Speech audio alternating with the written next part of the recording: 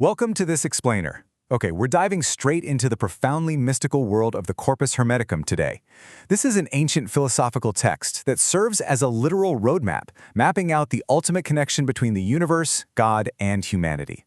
It's a text that has fascinated thinkers for centuries, and today, we're going to unpack its deepest secrets together.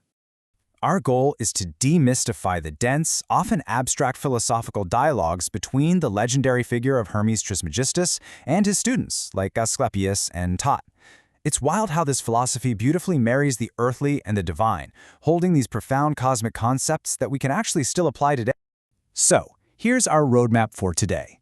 We'll start with the vision of creation, move on to the architecture of the cosmos, explore man's dual nature, uncover the illusion of death, map out the path of rebirth, and finally wrap up with the final challenge. All right, let's jump right into part one, the vision of creation, focusing on the mind and the logos. We kick things off with this grand cosmic vision. Picture this: Hermes falls into a deep meditative state and is visited by a vast being called Poemanders, the divine mind. And Poemanders reveals the ultimate hermetic duality. On one side, you have the sweet, joyous, limitless light of the divine mind, and then, contrasted totally against that, is the downward darkness, a gloomy, snake-like coiling of chaotic, unformed nature, literally belching smoke and wailing.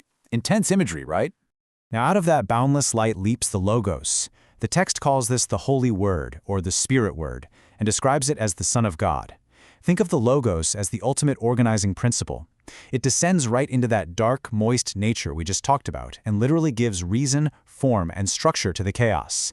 It's essentially the divine spark of order. Moving smoothly onto part two, the architecture of the cosmos and structuring the heavens. Now that we've got the raw materials, the text lays out this strict, honestly beautiful hierarchy of cosmic emanations.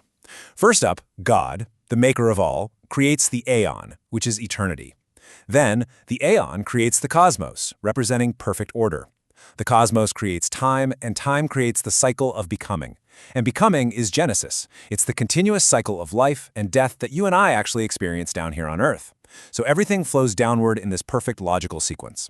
Which brings us to part three, man's dual nature, and our subsequent fall into matter.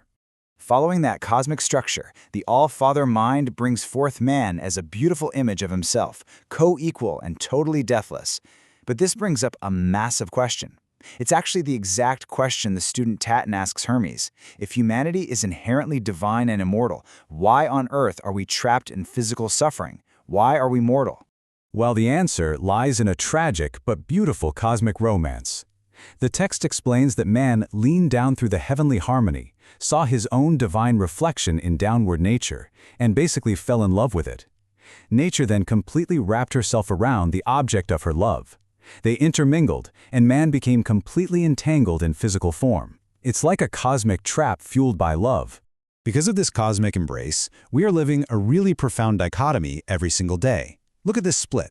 On one hand, we have a mortal body. That makes us slaves to fate, subject to physical harmony and literal sleep. But on the inside, we contain an immortal soul, the essential man. This part possesses sway over everything and is ruled purely by the divine mind. So we're essentially spiritual masters wrapped up in a physical prison. Let's turn to part four, the illusion of death. This is where Hermetic philosophy directly challenges our deepest, most primal fears. Tao really struggles with this concept, posing the ultimate human question to Hermes. When the physical body fails and dissolves, is that it? Does the self truly perish? Hermes' answer to this is profound and honestly incredibly comforting. He explains that the cosmos is like a good gardener. In this universe, absolutely nothing is ever actually destroyed. What we mistakenly call death is literally just the dissolution of a compound body.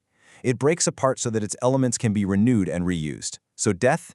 It's just an illusion of our human perception. So what actually happens when we pass away? Well, we are made up of these concentric layers. At physical death, the outermost layer, our material body, dissolves.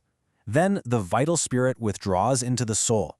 And finally, the immortal mind strips off the soul itself. Think of it like taking off heavy, restrictive winter coats one by one, until the mind returns entirely to its purest, fiery divine essence. All right, part five, the path of rebirth in the upward way. So how do we actually achieve this spiritual ascent back to God while we're still alive? The text states that right now our souls are weighed down by 12 brutish torments. Hermes literally calls them our inner executioners. We're talking about things like ignorance, grief, avarice, and anger. They creep through the prison of the physical body and literally force us to suffer, keeping our divine mind completely asleep. But there's a cure. Hermes explains that we can invoke 10 divine powers to systematically chase out these 12 torments. This process is called the birth in understanding. It's not just theory, it is a deliberate, conscious awakening of our true spiritual selves. And you can see how this works like an exact spiritual science. Invoking the gnosis, or deep knowledge of God, actively chases out ignorance. Invoking joy completely banishes grief. And practicing sharing with all entirely eradicates the torment of avarice. The arrival of the divine power literally displaces the darkness. It's a one-to-one replacement. Once the soul is purified by these powers, it's ready to speed upwards. Here are the steps of the upward path. First, you surrender the physical body to the natural laws of change. Then, as you ascend through the cosmic zones, you strip away the energies of planetary harmony, shedding things like arrogant desires and falsehood.